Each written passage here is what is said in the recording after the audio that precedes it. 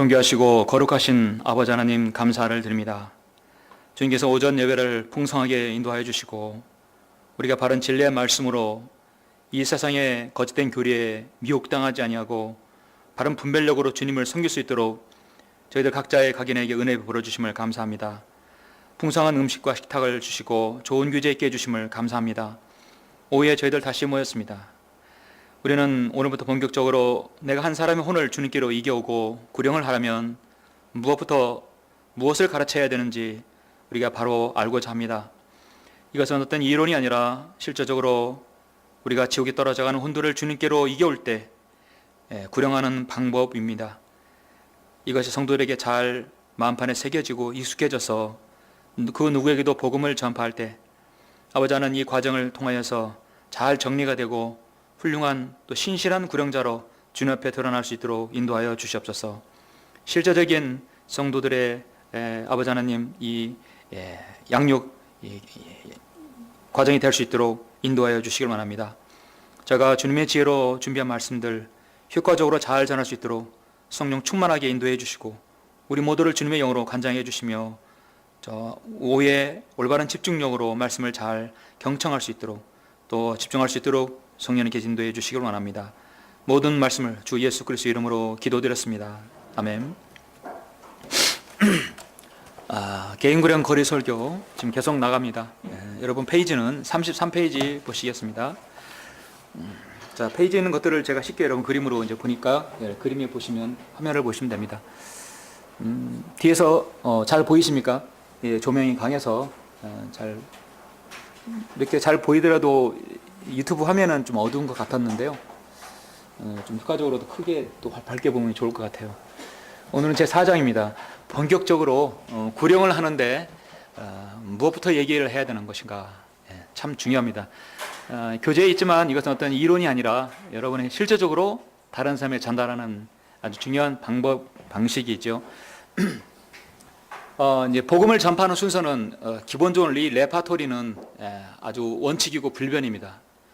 사람을 만나자마자 당신 지옥 간다고 그래서 지옥에 대해서 얘기하면 누가 이게 기분이 마음이 열린 상태로 듣겠어요?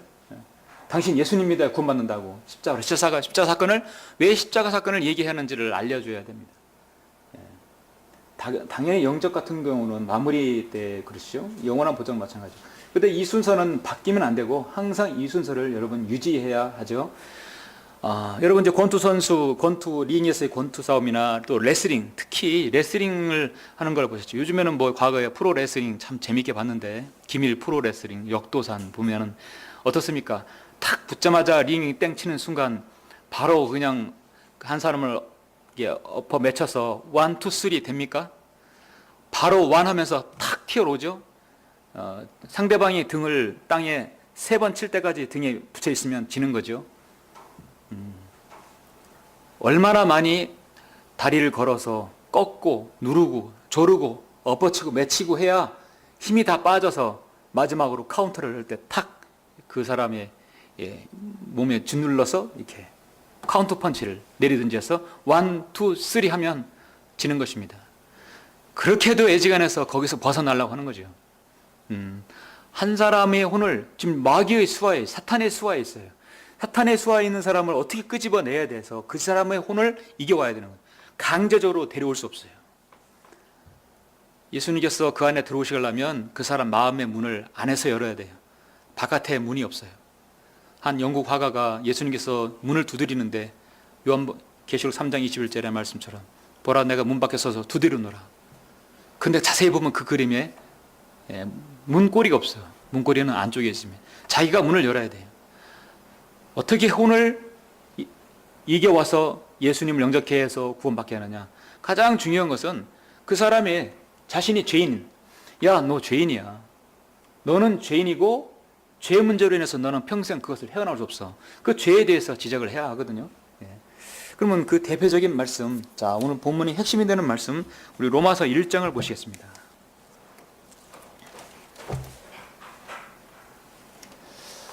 자, 가장 먼저 우리는 죄와 죄인에 대해서. 자, 이건 변하지 않는 것이죠.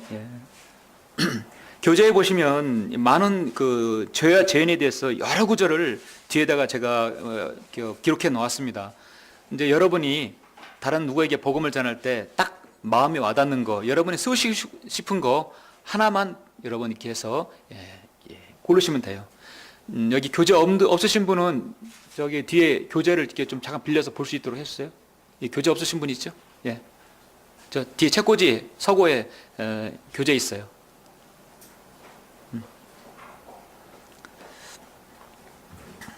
로마서 1장 29절부터 32절 보시면 성경에서요 죄의 목록을 가장 많이 열거한 집중적인 부분이 여기에요. 그래서 그냥 죄인을 코너에 몰아넣고 꼼짝 못하게 하는 방법입니다. 예.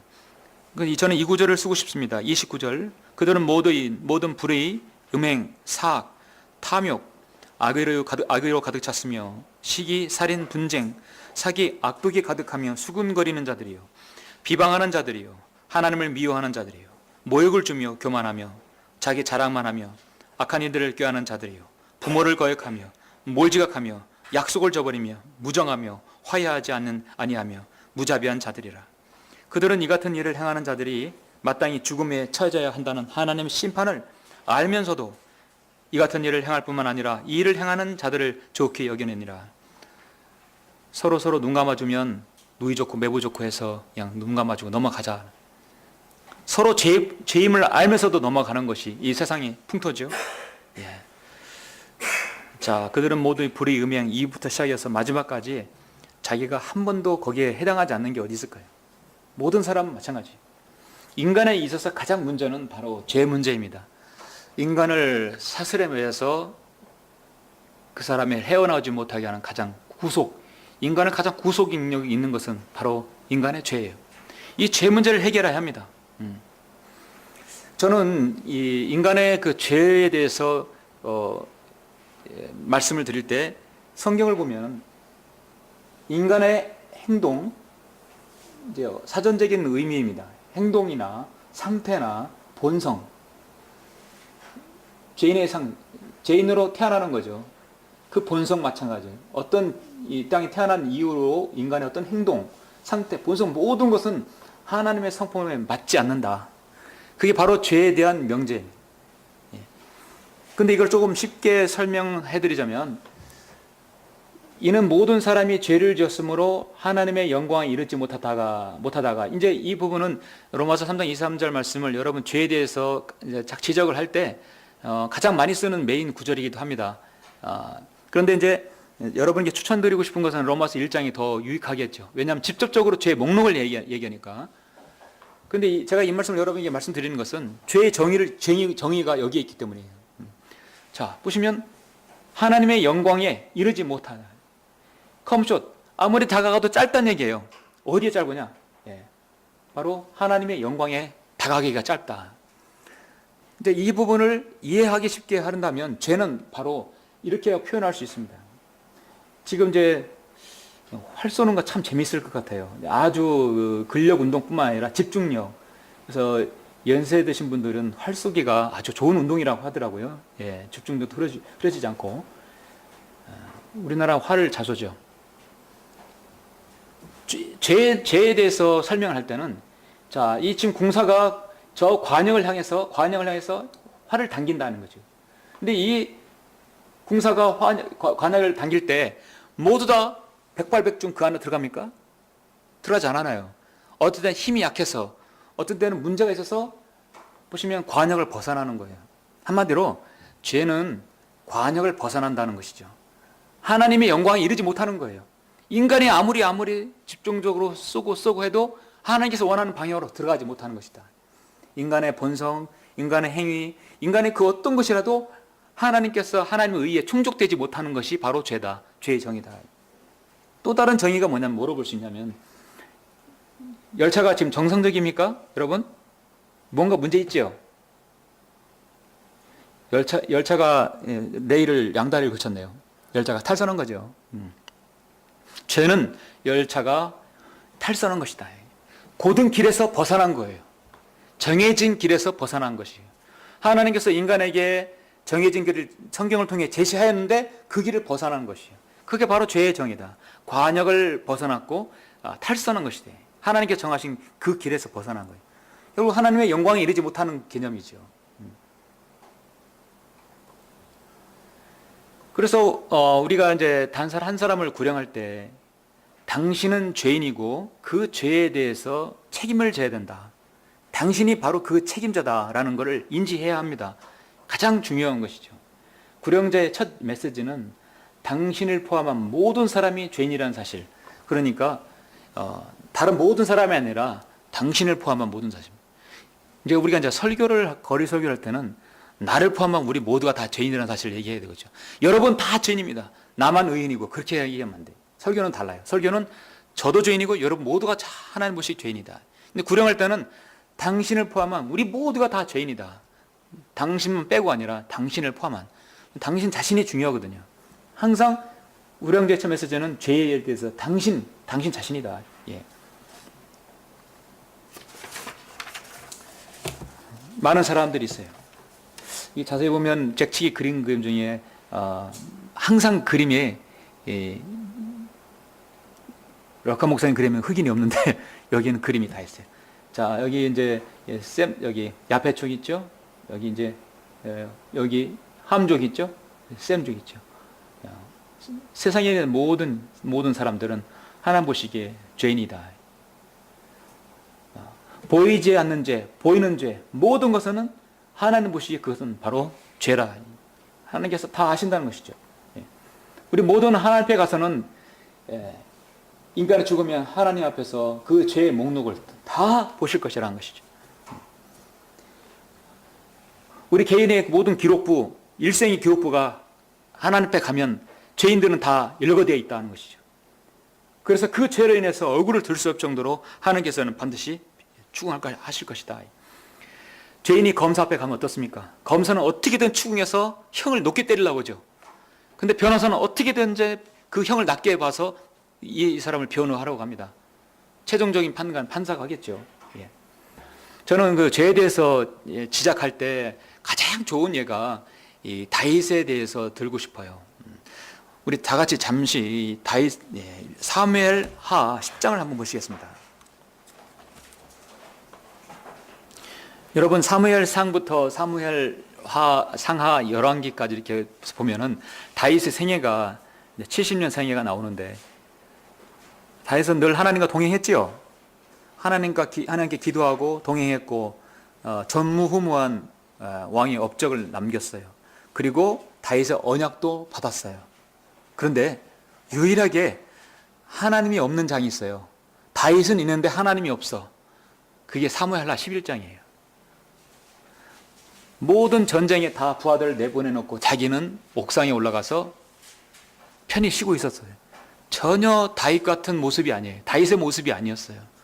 그런데 옥상에 올라가서 뭐 하냐면 자신의 부하의 장수의 우리아의 아내 밧세바가 목욕하는 걸 본 거예요. 그러죠? 예. 시간상 줄거리는 다 제시할 수는 없고 11장 1절 보니까 그 해가 지난 후 왕들이 출전할 때가 되어 다윗의 요압과 그와 함께한 그의 신하들과 온 이스라엘을 보내니 그들이 암몬 자손을 멸하고 랍바를 포위하더라. 다 출전할 때가 됐으면 왕이 나가야죠. 왕이 한 번도 이런 적이 없었어요. 안 하다가 뭐 하면 문제가 생기듯이. 그러나 다윗은 그대로 예루살렘에 머물렀더라. 저녁 무렵에 다윗이 침상에서 일어나 왕궁 지붕 위를 거닐다가 한 여인이 목욕하고 있는 것을 지붕에서 본지라. 그 여인이 보기에 심히 아름답더라. 누구냐? 데려와라. 동침하고 보냈어요. 알고 보니까 자신의 부하의 30명의 용사 중에 한 명이었어요. 우리아의 장수의 아내였어요. 그리고 우리아를 오라게 놓고 얼른 가서 쉬어라. 집에 가서 편히 쉬어라. 왜? 증거 인멸을 해야 되니까. 어떻게 내 부하들 전쟁에서 저 총알이 빗발치는데, 총알이 빗발치는 않겠죠. 화살이 빗발치는데 내가 나만 나가서 편히 아내와 잠을 자겠습니까? 안 갑니다. 다음 날도 보면 다음 날 안 가네요. 자, 다윗은 지금 벌써 몇 가지 죄를 졌어요? 간음죄 졌죠. 자기 신하의 아내를 범했죠. 배신행위죠. 또 증거를 인멸, 아들을 이제 낳게 되는데 증거를 인멸하는 시도. 우리아를 보내놨으니까 그게 우리의 아들인 줄 알지 누가 다윗의 아들인지 알겠어요. 증거의 인멸시도를 두 번 해냈어요. 가라니까 안 가네. 그러니까 요압 장군을 시켜서 야, 최전방으로 보내서 죽게 하라. 편지를 보내요. 그래서 최전방 가장 극심한 지역에서 얼른 후퇴해가지고 우리아가 그 전장에서 죽게 만듭니다. 그럼 살인 교사, 살인죄, 최소한 5가지 이상을 죄를 지은 거예요. 그러니까 15절에서 다윗이 그 편지에서 써 말하기를 너희는 우리아를 가장 치열한 전쟁이 최전선에 배치하고 너희만 그에게서 물러나와 그로 공격을 당하여 죽게 하라. 여러분이 사무엘상 11장 보면 마음이 얼마나 아픈지 몰라요. 야, 다윗도 이런 모습이 있었을까. 자신의 용사가 예루살렘에서 목마르다니까 물을 뜨러 가서 목숨을 걸고 피보다 더 진한 더 귀한 물을 떠러 갔을 때 자신은 그 용사의 신의를 지키기 위해서 물도 버려버리지 않았어요. 먹지 않았잖아요. 이 피 같은 물을 내가 어떻게 먹냐고. 그런 용사의 신의가 있는 다윗이 말이에요. 자신의 그 훌륭한 부하 장수의 아내를 범하고 그 장수를 죽여버린 거예요. 그 마지막 때 22절에 보니까 애곡이 끝나자 다윗이 우리 아내 바스바를 데리고 오겠죠. 그녀를 그의 집으로 데려왔으며 그녀가 그의 아내가 되고 그에게 아들을 낳으니라. 자, 여기까지 하고 딱 끝나면 얼마나 좋겠습니까? 그런데 죄라는 것은 나만 하는 게 아니거든요. 마귀가 알고 하나님께서 하신다는 거죠. 이 죄라는 것은 하나님의 임재를 느끼게 해줘야 되는 것이죠. 성경 여기서 뭐라고 했습니까? 그러나 다윗이 행한 그 일이 주를 불쾌하게 여겼더라. 불쾌하게 하였더라. 하나님께서 아시는 거예요. 그러면 하나님께서의 방법은 뭐냐? 하나님도 아주 잔인한 분이세요. 때론 죄에 대해서 엄청나게 엄격한 분이세요. 하나님께서 선지자 나단을 보내서 당신은 왜 이렇게 죄를 범했습니까? 그러므로 당신은 죄인입니다. 그렇게 하지 않았어요. 하나님께서는 아주 명쾌하고도 정확하게 내리신 뭐냐면 다윗이 범죄한 것을 스스로 알게 해주는 거예요. 너 깨닫나 못 깨닫나 보자. 그리고 그 죄에 대한 벌도 네가 한번 내려봐라. 네가 왕이고 판결자이고 네가 통치자니까 네가 직접 판결을 내려봐라 이거죠. 그리고 전혀 다른 예를 내게 해주는 것이죠. 그럼 여기 12장에서 보면 초반만 보시죠. 주께서 나단을 다윗에게 보내시니 그가 다윗에게 와서 말하기를 갑자기 나단이 왔네요. 한 성읍에 지금 전혀 다른 이야기를 합니다. 한 성읍에 두 사람이 있었는데 한 사람은 부자이고 다른 한 사람은 가난하였나이다. 다윗은 이 시점에서 아무도 모르고 그냥 듣는 거죠. 그 부자는 심히 많은 양떼와 소떼를 가졌으나 가난한 자는 자기가 사서 기르는 작은 암양 새끼 한 마리 외에는 아무것도 가진 것이 없었나이다. 그 암양 새끼가 그의 새끼가 그와 그의 자식과 함께 자라고 그 사람이 먹는 음식을 먹고 그의 잔을 마시고 그의 품에 누웠으며 그에게는 딸같이 되었는데 어느 여행자가 그 부자에게 오니 그가 자기의 양떼와 소떼를 아끼어 자기에게 온 포도로 여행하는 사람을 위하여 잡지 않고 오히려 가난한 사람의 새끼 양을 잡아 자기에게 온 그 사람을 위하여 조리하였나이다 하니 다윗이 보니까 이거 정말 몹쓸 사람이죠. 도대체 그게 누구냐? 자신을 잊어버린 거예요. 다윗이 그 부자에 대하여 크게 노를 발하여 나단에게 말하기를 주의 사심으로 맹세하노니 이 일을 행하는 자가 반드시 죽으리라. 자신은 빠지고 자신이 생각한다. 다윗의 심정으로서는 그건 도저히 용서할 수 없다 이거죠. 그가 불쌍히 여김도 없이 이 일을 행하였으니 그는 그 새끼 양을 몇 배로요? 4배로 갚아야. 자기가 판결을 내린 거예요. 그건 4배로 갚아야 할 것이다. 하나님께서는 다윗에게 정확히 4배로 갚아줬어요. 한 명을 죽여서 4명의 아들을 죽게 했어요. 모든 건 철저하게 4배로 자신이 판결한 대로 갚아준 것이에요. 자, 제가 오늘 핵심이 이거예요. 7절. 그러자 나단이 다윗에게 말하기를 당신이 그 사람이니이다. 당신이 그 사람이니이다. 이스라엘의 주 하나님이 이같이 말씀하시기를 내가 너를 이스라엘 왕으로 기름 붓고 사울의 손에서 구해내어 내가 내 주인의 집을 내게 주고 내 주인의 아내들을 내 품에 주고 이스라엘과 유다 집을 내게 주었느니라. 만일 이것이 너무 적었다라면 내가 이런저런 것들을 내게 더 주었으리라. 그런데 내가 히딘 우리아를 칼로 죽이고 그의 아내를 빼앗아 내 아내로 삼았으니 암논 자손의 칼에 그에게 죽게 하였도다. 하나님께서는 그 죄를 직접적으로 하지 않고 선지자를 통해서 제시하였을 때 선지자가 그렇게 말했을 때 스스로 판결을 내리게 하고 그 다음에 당신이 그 사람이다.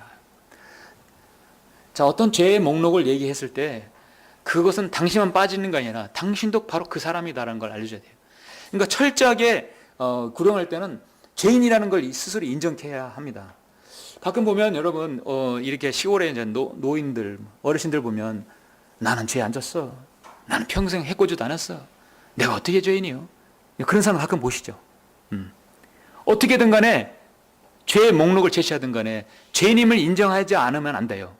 그렇게 인정해야만이 죄의 사건은 사망이고 죽음 이후에 심판과 지옥으로 이어진다는 걸 얘기해야 돼요. 그래서 지옥이 있기 때문에 십자가 구원이 필요하다는 걸 알려줘야 돼요. 그러니까 여기서부터 인정하지 않게 되면 다음 진도가 안 나가는 거죠. 반드시 죄인, 바로 당신이 죄인이라는 사실을 알려줘야 합니다. 자, 이것 전에 여기 교재를 한번 보니까 자, 죄에 대해서 지적할 때 여러분 주의해야 될 것이 여기 4가지가 있어요. 자, 첫 번째로 무엇보다도 그 사람이 죄를 지적하는 것이 사소한 일이라는 인상을 주면 안 됩니다. 엄연한 죄의 범죄 행위를 인지시켜야 합니다. 그것은 죄다. 그러니까 우리는 항상 살면서도 하나님 앞에 이것이 죄인가 아닌가를 판별을 해야 되겠죠. 죄다. 그리고 죄를 지적하고 책망할 때는 반드시 하나님의 말씀으로 책망해야 합니다. 이 말은 뭐냐면요, 여러분 구령할 때는 다급적 성경을 가지고 해야 돼요. 전도지도 중요합니다. 그러나 가장 중요한 건 메인 텍스트가 있어야 돼요. 신약 성경이든 구약 성경이든 반드시 성경을 들고 있어야 돼요. 성경을 들고. 그래서 전도지 가장 첫면에 뭡니까? 당신은 죄인입니다. 가장 중요한 이 팩트를 얘기해야 돼요. 사실이다. 당신은 죄인임을 사실이다.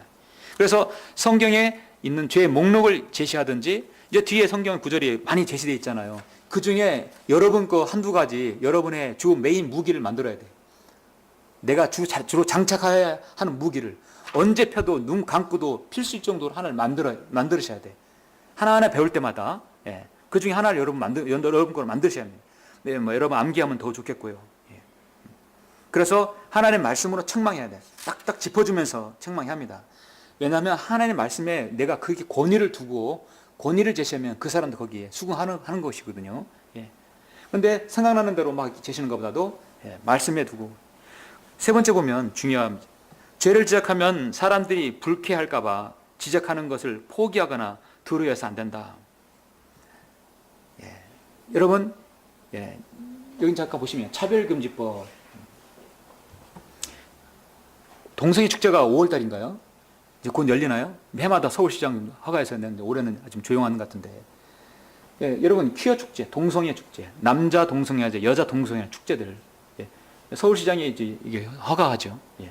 자, 동성애는 죄악이다. 그 말하면 법에 저촉된다. 그 법이 뭡니까? 차별금지법이에요. 물론 장애인과 비장애인을 구별하는 건 안 좋은 거예요. 그러나 대표적으로 차별금지법에 동성연애에 대해서 혐오감 갖게 하거나 동성연애를 비난하면 죄다. 차별금지법. 이게 항상 논란이 되죠. 차별금지법을 실행해야 된다. 아니다. 반대해야 된다. 그리스도인을 볼 때 차별금지법은 실행돼서는 안 돼요. 이렇게 되면 학교가 망가지고 군대가 망가져요. 군대에서는 동성연애가 만연하게 될 수도 있어요. 침상도 같이 쓸 수 있으니까요. 그래서 이런 부분을 만약에 차별금지법이 법적으로 시행되면 전 거래설교 때 죄를 짓는 거예요. 범법행위가 되는 거예요. 어제도 거래설교할 때 동성연애 분명히 죄악이라고 했어요. 그러면 차별금지되면 저는 법에 저촉되는 범법행위가 되는 거예요. 그래도 죄를 지어야죠. 그건 어떡합니까? 성경에서 말씀하고 있는 동성연애는 죄악이기 때문에 그것은 하나님 보시기에 죄다. 죄라는 것이요. 간음과 음행과 우상숭배 모든 것이 마찬가지입니다. 그래서 제가 두 번째 빼먹었는데, 이제 우리가 개인적으로 여러분 구령할 때 잘 아는 사람이에요. 처음 모르는 생판 모르는 길에서 만난 사람이면 제시할 수 있는데, 그전에도 막역한 관계이고 서로 평소에 잘 아는 사람에게 구령하는 게 쉬워요, 어려워요? 어렵죠. 가장 구령하기 어려운 게 뭐예요? 부모, 형제, 좀 다 지나서 너무 잘 아는 사람. 야, 새삼스럽게 왜 또 조용히 만나자고 그래? 그냥 얘기해. 진지하게 뭘 또 하려고 그래? 오히려 급해. 그럴 때일수록 더 힘든 게예요. 그 중에 힘든 게 뭐냐면 죄에 대해 시작할 때. 우리가 성경에 대놓고 야, 그랬대. 그때 너 그거 너 죄야 너. 자신만 알고 있는 것을 오히려 약점 잡아서 추궁하듯이 하면 안 되는 거예요. 예. 그건 오히려 협박일 수 있는 거죠. 그렇죠? 예. 그러니까 죄를 지적할 때는 자기가 아무리 친하다 하더라도 성경을 통해서 지적해야 되는, 성경을 통해서 넌 이것은 죄다, 이것은 죄다 지적하는 거예요. 제가 어렸을 때 중마고 친구 중에 하나가, 초등학교 때 친구 중에 하나가, 제가 이제 장항에 살았었는데 저는 이제 천안에 올라오고, 그 친구는 장항에 살다가 계속 올라와서 공무원 시험 공부를 해서 얘가 경찰이 됐어요. 경찰, 지금 이제 장항 경찰서에 근무하는데 이제 한 뭉 하나 달았을 거예요 아마. 이제 이파리 세 개가 뭐죠? 뭐 경인가요? 예, 경장인가요? 그래서 이제 다른 지역교회 목사님하고 셋이서 충청남도를 순회하면서 복음을 전할 게 있었어요. 이제 이렇게 오랜만에 목사님들하고 같이 이제 싹 전하면서 이제 장항까지 내려갔는데, 장항에 내려온 김에 그래도 친구 만나자. 제 고향이 장항이니까 경찰서에 전화했더니 마침 근무를 하더라고요. 쉬는 날. 야, 잘 됐다. 기회는 이때다. 근데 이 친구가 저하고는 오랜 중마하고이기 때문에 갑자기 진지하게 안 짜고 오면 또 안 들을 수도 있을 것 같아. 교회는 다니는데 구원을 확인하고 싶어서. 그래서 다른 지역교 목사님한테 부탁을 했어요. 친구니까 어려울 수 있어요. 서먹할 수 있으니까 목사님 좀 해주세요. 그래서 장소로 없어서 경찰서 사무실에 들어갔어요. 그러니까 좀 주위가 시끄러워요. 이제 이 친구 지역교 목사님이 계속 전하는데 시끄러워서 제가 친구한테, 야, 이 성욱인데, 야, 성욱아, 야, 뭐 조용한 데 없냐? 왜 이렇게 시끄럽냐? 조용한 데 한 군데 있어. 취조실 있어. 그래서 목사가 경찰 데리고 취조실에 들어간 거예요. 야, 너 죄인이야. 누가 누굴 죄인이라고. 항상 그 취조실에서 죄인들 취조하는 사람이 지금 목사한테서 너 죄인이야. 너 죄. 그 모습을 생각해 보니까 참 좀 생각이 들더라고요. 어쨌든 간에 그거를 성경을 통해서 제시해야 되는데 어떤 그 개인이 생각나는 죄라든지 아니면 아주 사소한 것들을 기억난다고 해서 그렇게 해서는 안 되는 것이죠. 예. 죄는 반드시 지적해서 목록에 성경에 있는 그것은 죄라고 반드시 지적을 해야 되는 것이죠. 그리고 네 번째 보면 죄를 지적하려면 성령으로 충만해야 합니다. 그렇죠? 성령으로 충만한 당연한 거죠. 인간적인 욕심이 아닌 성령으로 충만한 상태에서 죄를 지적하고 책망할 때 그 책망이 하나님으로부터 나왔다는 인식을 갖게 됩니다. 성령 충만한 그리스도인의 죄에 대한 지적과 책망은 한 죄인의 마음을 찌르고 그 책망이 전능하신 분의 화살처럼 마음에 꽂혀서 결국 회개를 하게 되는 것이다. 나단이 다윗 앞에 갔을 때 얼마나 성령님께서 또 하나님께서 함께 했을까요? 감히 일국의 왕에게 당신이 바로 그 사람이라고 지금 지적을 해야 되는 상황인데, 자칫 잘못하다가는 목숨도 날아갈 수 있죠. 야, 네가 뭔데? 하고 치면 어떻게 하겠어요? 얼마나 담대해야 되겠어요? 담대함이라는 얘기는 성충만함을 얘기하는 것이죠. 한 사람을 먼저 여러분 소개합니다. 뭐 이 사람 딱 보면 아시겠죠? 네. 누가시 보여요? 우리나라 사람은 아닌 것 같고 맞춰보세요. 한번 아는 대로. 마틴 루터 아니고 영국 사람, 감리교회 창시자 존 웨슬레이. 존 웨슬레이. 웨슬레이. 영국 사람으로부터 가장 사랑을 많이 받은 사람, 지옥의 문들을 꽁꽁 얼어붙게 한 사람이라는 그런 평가를 받은 사람입니다. 나는 항상 나무에 그을린 나무 토막처럼 살았다라는 사람입니다. 영국 교회사에 가장 위대한 영향을 끼치는 사람입니다. 감리교회 창시자죠. 그의 친구는 조지 히필드죠. 같은 동시대 사람이 친구입니다. 그런데 감리교 창시자 하면 요한 웨슬레죠. 온 세상이 나의 강단이고 나의 교구이다. 그가 서는 곳이 곧 강단이고 교구라는 것입니다. 근데 이 요한 웨슬레는 형제가 몇 형제인 줄 아세요? 요한 웨슬레는 형제가 19형제입니다. 사무엘 웨슬레와 수잔나 웨슬리 사이에 19명의 아들, 딸이 있어요. 그 중에 존 웨슬레가 15번째 아들이고 거기에는 7명의 딸까지 포함되어 있습니다. 그런데 성인이 되기까지 10명만 살아남았다고 그래요. 존 웨슬레의 동생이 찰스 웨슬레입니다. 우리 찬송가에 오늘 오전에 불렀던 만입이 내게 있으면 그것도 찰스 웨슬레가 작곡한 것이죠. 그러니까 존 웨슬레 가장 훌륭한 동역자 한 명이 찰스 웨슬레. 우리 찬송가에 많이 나와 있죠. 예. 5살 때 집에 불이 났어요. 근데 불이 나서 막 이제 쓰러져 가지고 완전히 폭삭하기 직전에 아들이 구출받은 것이죠. 아들이 탁 그 불에서 나오자마자 집이 무너졌던 것이죠. 그래서 스스로 그때가 5살 때인데 불에서 꺼낸 그 흘린 나무 토막, 자신의 별명을 스스로 끼쳤어요. 그리고 30세 이후에 그가 거듭났을 때 왜 하나님께서 그때 나를 구원해 줬는가를 그때 철저히 알았다고 합니다. 조지 히필드의 권유로 교회 거리 설교를 시작했어요. 조지 히필드는 거리 설교에 사실 당대 1인자였고 최고의 전문가였어요. 히필드의 권유로 같이 거리 설교 이렇게 나가서 했던 사람입니다. 그런데 히필드는 명성은 원치 않았고 감리교의 창시, 감리교의 시작은 너로부터 시작해라. 나는 그건 빠지겠다. 그래서 히필드는 그래서 정말 녹슬어 없어지니 달아서 없어지리라 하고 마지막 설교를 하루에도 설교를 일주일에 60시간 했대요. 하루에 설교를 10시간 했다고 합니다. 결국 마지막 설교를 하고 숨을 거뒀죠. 그런데 이 존 웨슬레가 있었던 것은 바로 수잔나 웨슬리가 있었기 때문에 가능한 것이었어요. 실제 모습인데 강단 있게 보이고 아주 강직한 여성으로 보이죠. 그러니까 기독교 교회사에 있어서 가정 교육에 있어서 수잔나 웨슬리의 교육 철학, 교육 방법은 모든 가정 교육에 있어서 앞으로 이제 우리가 이제 미래 우리 자매님들, 청년들은 참 좀 본을 보여야 될 것 같아요. 그래서 이 수잔 웨슬리의 자녀 교육법을 한번 우리가 배울 필요가 있어요. 근데 그 부분에 대해서는 복잡하네. 우리가 어떻게 이걸 다 보겠어요. 그래서 제가 3가지만 여러분이 먼저 소개하게 되면 3가지를 소개하면 수잔나 웨슬리가 자녀를 교육하는 원칙이 이렇게 사실 몇 가지입니까 이게? 16가지 원칙을 가지고 16가지 원칙을 가지고 룰을 가지고 있다는 거죠. 한마디로 가정 홈스쿨링의 원조예요. 홈스쿨링의 원조를 16가지 원칙을 가지고 길렀다는 것이죠. 수잔나 웨슬리는 일단은 모든 시간은 자녀가 많으니까 이걸 철저히 규정된 규율된 그 규율 안에서 자녀를 가르쳐야겠다고 정한 거예요. 이거를 중구난방으로 하게 되면 자녀들이 엉망진창으로 자랄 거는 우리 불보듯 뻔한 것이기 때문에 원칙을 가졌다. 일단 아이가 태어나면 3달만 지나면 무조건 정한 시간에 요람을 흔들어 가지고 깨운대요. 더 이상 못 자게 한대요. 3달만 지나면 딱 정한 시간에 흔들어 깨워서 더 못 자게 하는 것이죠. 철저하게 일어나고 깨는 것을 아기 때부터 배우게 하는 것입니다.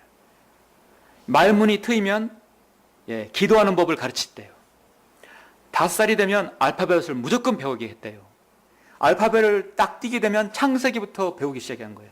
창세기부터 해서 철자법, 독두법, 서법, 산수, 문법, 역사, 지리 차례차례 배우는 것이죠.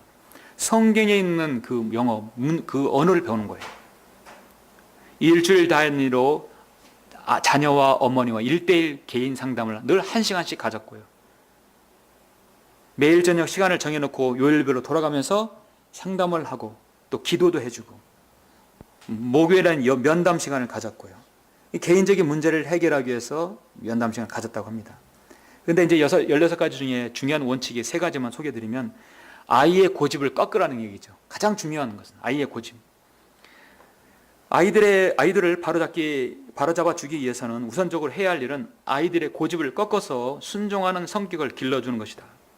이해심을 키워주는 일은 시간이 걸리기 때문에 아이들이 그것을 터득하기까지 서서히 노력을 계속해야 한다.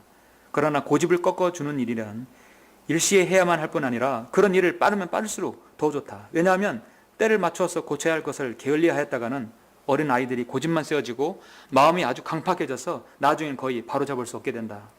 그래서 아이에게 고통스러울 만큼 심하게 다루지 않으면 결코 바로잡을 수 없기 때문이다. 그래서 아이에 대한 자신의 그 고집을 꺾게 했다. 2번째는 공부하는 습관을 아예 체득하게 몸에 배게 했습니다. 아까 말씀드렸듯이 5살에 되면 무조건 알파벳 배우게 하고 성경부터 읽게 했다는 것이죠. 가장 중요한 3번째가 뭐냐면 죄에 대하여는 철저히 묻게 하였다.